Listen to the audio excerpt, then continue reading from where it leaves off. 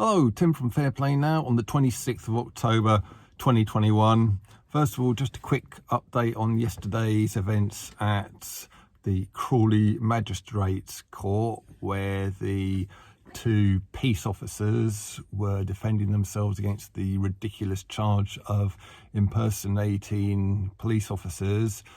And that was just a plea hearing, I believe, yesterday from the sound of it. And the actual court date has been deferred all the way through, believe it or not, until March the 16th of next year.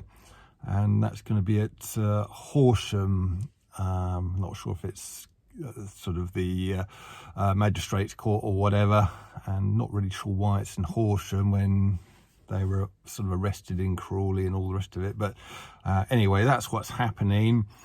And then I believe after that, they all went, and I had to go to work, but everybody else then had a little bit of a march through Crawley Town Centre and through the big shopping mall there. So that kind of gets you up to date on the events of yesterday. But reflecting on the bigger picture, I don't know about you, but everything seems really split. Really weird, doesn't it? And on the one hand, you've got loads of people now saying the big V does not prevent you from getting the lurgy, and it does not stop you from transmitting it. And there seems to be people accepting that fact, kind of waking up to that fact, and really just saying that the whole idea of the big V passport is dead in the water and should be dropped. Certainly in Scandinavia, that's what's happening. Denmark, Norway and Sweden have all dropped all lurgy measures, including the spectre of that. And that has happened in one or two other places as well. Also, on the good news front, New Zealand, there was a court case there. I haven't really confirmed this yet.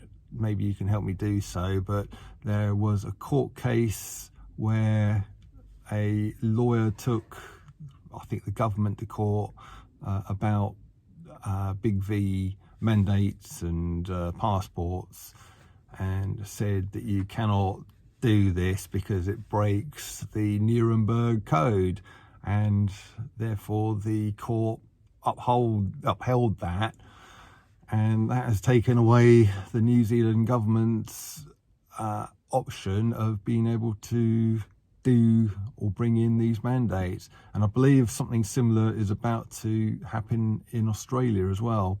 So if that begins to spread around a lot, that'd be fantastic, wouldn't it? And then, of course, we had the good news of those MEPs in the European Parliament that I talked about just the other day as well. So that's kind of one side of the coin.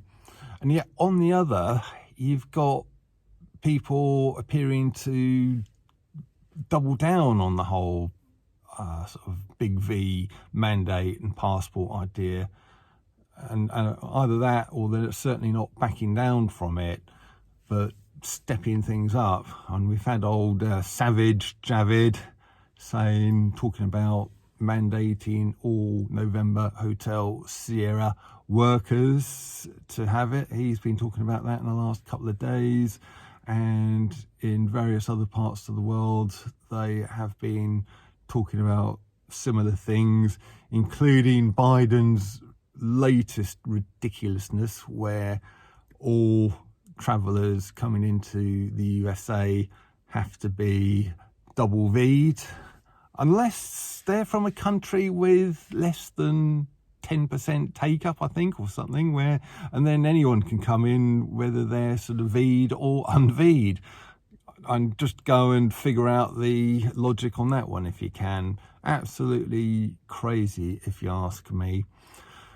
And kind of talking about Biden, I remember many months ago, it must have been some QAnon type of person was saying that we can't get rid of Biden straight away and say that the election was a fraud, because what that would do is just make it look like Trump was suffering from sour grape syndrome. So what we're going to do is we're just going to sort of orchestrate a whole series of events to make Biden look so terrible that people in America will just be basically begging to have Trump back.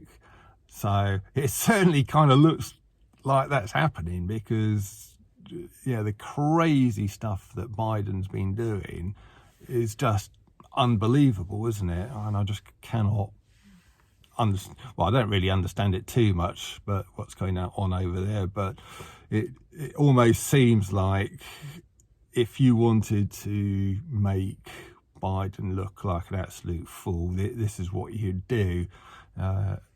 And it makes you wonder, doesn't it? That's all I'm trying to say on that one. But anyway, that was a bit of an offshoot, bit of a ramble off there. But coming back on track to what I was saying, it seems like the world's divided. You've got the ones who seem to be, the countries and politicians, etc., who seem to be starting to see a little bit of sense, and then the other ones who seem to be doubling down on the nonsense. And I saw a post somewhere this morning. It's almost like the powers that shouldn't be are having a civil war among their own ranks, or at least arguing among their own ranks, and they're perhaps starting to break ranks, split ranks. And is that happening? It could well be, because it just seems like, well, this lot are doing this thing over here, and this lot are doing the total opposite over there. And it's, you just think, well, all these people are saying that you cannot, or that the big V does not stop you transmitting. So that does beg the question, what is the point of the passports?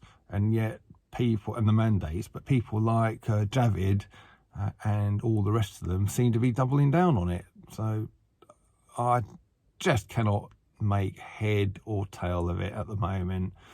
But I just thought I'd offer that out there, see what you think, maybe leave a comment in the comment section below there, and if you can make more sense of it than what I can. But I will leave it there for now. No doubt be back a little bit later with some more musings.